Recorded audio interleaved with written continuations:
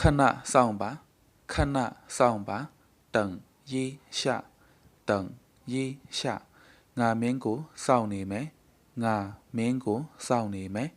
我等你我等你ငါမင်းကိုအပြင်မှာစောင့်နေမယ်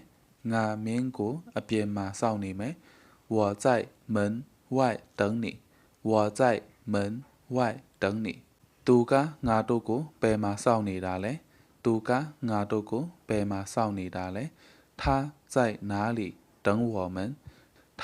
在哪里等我们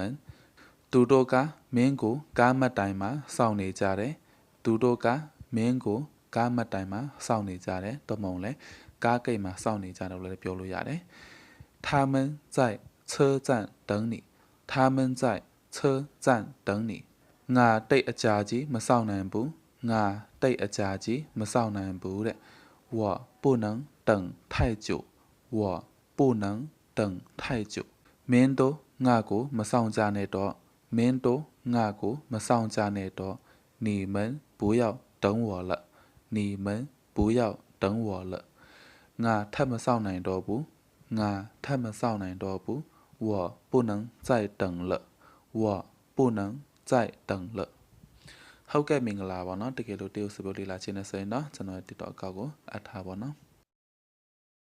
来抖音极速版看视频领现金。